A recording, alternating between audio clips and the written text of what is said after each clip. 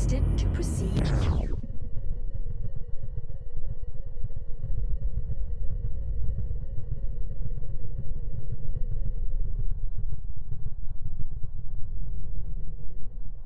Section immediately.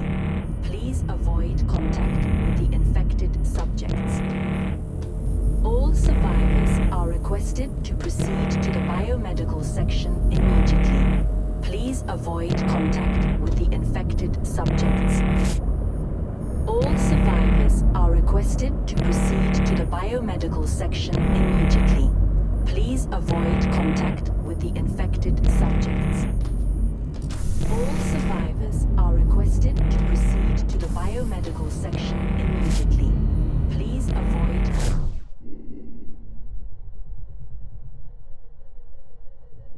with the infected subjects. All survivors are requested to proceed to the biomedical section immediately. Please avoid contact with the infected subjects. All survivors are requested to proceed to the biomedical section immediately. Please avoid contact with the infected subjects. All survivors are requested to proceed to the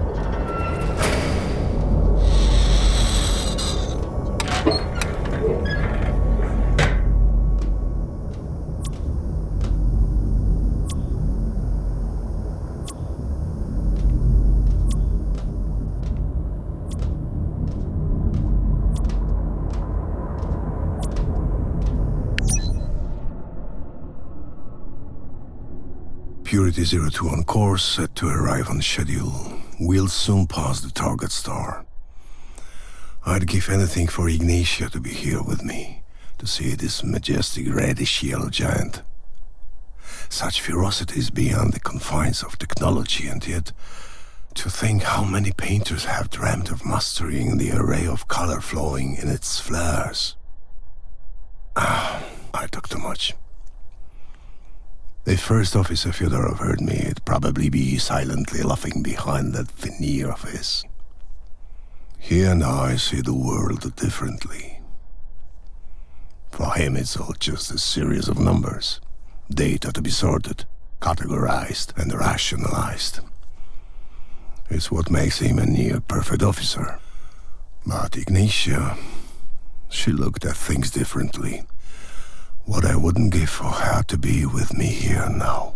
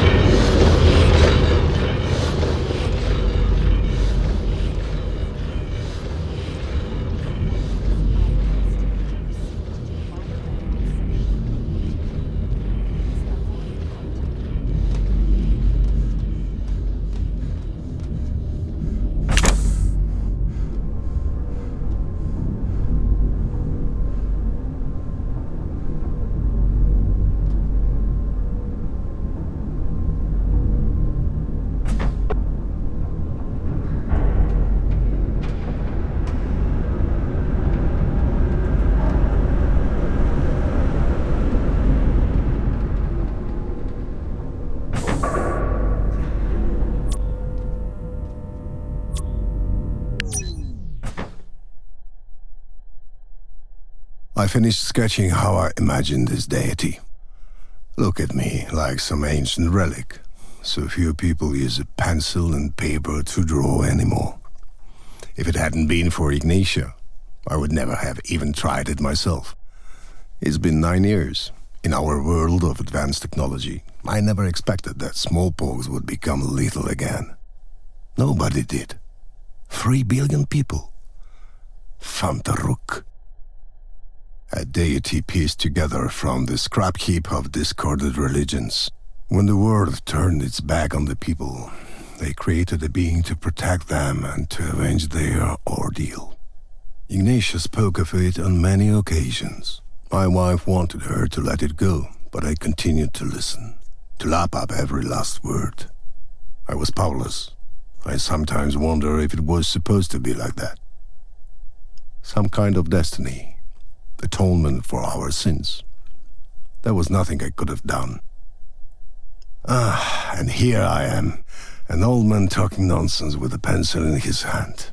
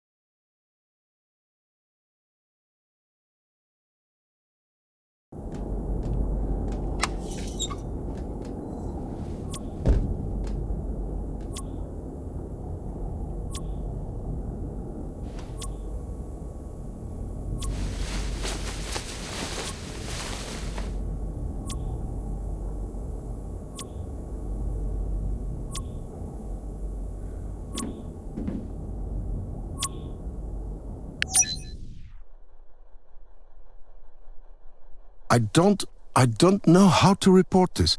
After leaving the breach, I found my cabin turned upside down. Things were scattered on the floor, and someone had tried to scribble something on pieces of paper, but hadn't got past the first few letters. I noticed a trembling figure in the dark corner of the room, one of the technicians working in the research section. What was his name? What was his name? I asked him, but he kept saying that it's punishment that will reach us all. I wanted to find out what he meant, but he just kept mumbling about this punishment. His rumbling started to mix with pleas for help as he wiped the blood dripping steadily from his nose. I don't think he was aware, but blood was also dripping from his ears. I tried to help him get up, but as I went to him, the mercenaries that were there to guard the ship stormed into my cabin.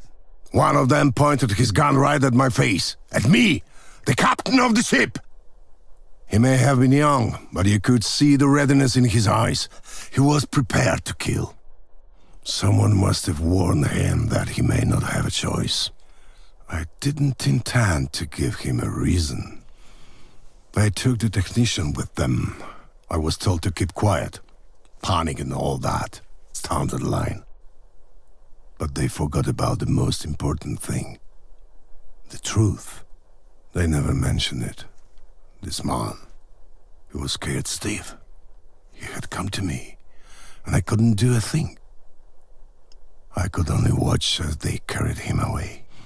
I watched the same thing happen 9 years ago. This man came to me. The punishment that will reach us all.